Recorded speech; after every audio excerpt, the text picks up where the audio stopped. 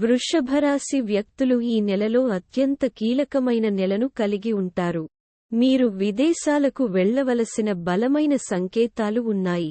మీరు వివిధ కారణాల వల్ల విదేశాలకు వెళ్లవచ్చు. అయితే అలా చేసేటప్పుడు జాగ్రత్తగా ఉండండి. ఏదైనా డాక్యుమెంట్ సంబంధిత సమస్య మీకు ఇబ్బంది కలిగించవచ్చు కాబట్టి మీ అన్ని పత్రాలను చక్కగా మరియు సిద్ధంగా ఉంచండి. కెరీర్ కోణం నుండి ఈ నెల వాగ్దానాన్ని కలిగి ఉంది. 10వ ఇంటిని పాలించే శని ఈ నెల అంతా అక్కడే ఉంటాడు. శ్రద్ధతో పని చేయడానికి మీ నిబద్ధత మరియు అంకితభావాన్ని సూచిస్తుంది. మీ వద్ద ఉన్న అన్ని అవసరమైన అర్హతలతో మీరు మీ నైపుణ్యాలు మరియు వారి సమర్థవంతమైన అప్లికేషన్ ద్వారా శ్రేష్టమైన ఉద్యోగిగా మీ స్థితిని నిలకడగా కొనసాగిస్తూ మీ రంగంలో రాణించడానికి సిద్ధంగా ఉన్నారు.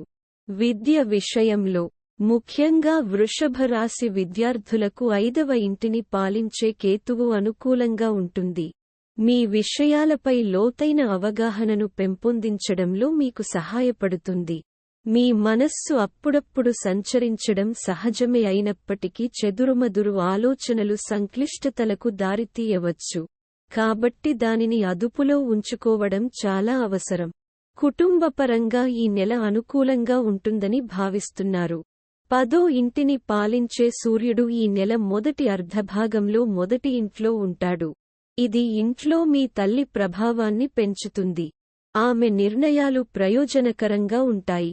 ఇంట్లో సామరస్య వాతావరణాన్ని సృష్టిస్తాయి కాబట్టి ఆమె మాటలను వినడం మరియు ఆమె దృక్పథాన్ని అర్థం చేసుకోవడం చాలా ముఖ్యం. మీ ఆర్థిక పరిస్థితిని మూల్యాంకనం చేస్తున్నప్పుడు ఈ నెల మీ ఆదాయానికి సంబంధించి ఆశాజనకమైన దృక్పథాన్ని అందిస్తుంది. 11వ ఇంట్లో రాహువు ఉండటం వల్ల అనుకూలమైన ఆశీర్వాదం లభిస్తుంది. బలమైన సూచికలు మీ ఆదాయాలలో గణనీయమైన పెరుగుదలను సూచిస్తున్నాయి. మీ ఆర్థిక శ్రేయస్సు మీ వృత్తిపరమైన ప్రయత్నాలకు దగ్గరి సంబంధం కలిగి ఉన్నట్లు కనిపిస్తోంది. ఈ నెలలో మీ ఆరోగ్యం మధ్యస్థంగా స్థిరంగా ఉంటుందని భావిస్తున్నారు. మీ రాశికి అధిపతి అయిన శుక్రుడు మీ రాశిలో ఉంటాడు. ఇది ఆరోగ్య మెరుగుదలకు దారితీస్తుంది.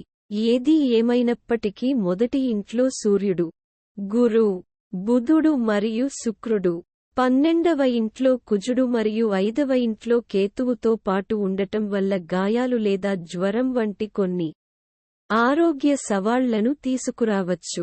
పరిహారం: శుక్రవారాల్లో మహాలక్ష్మి దేవిని పూజించండి.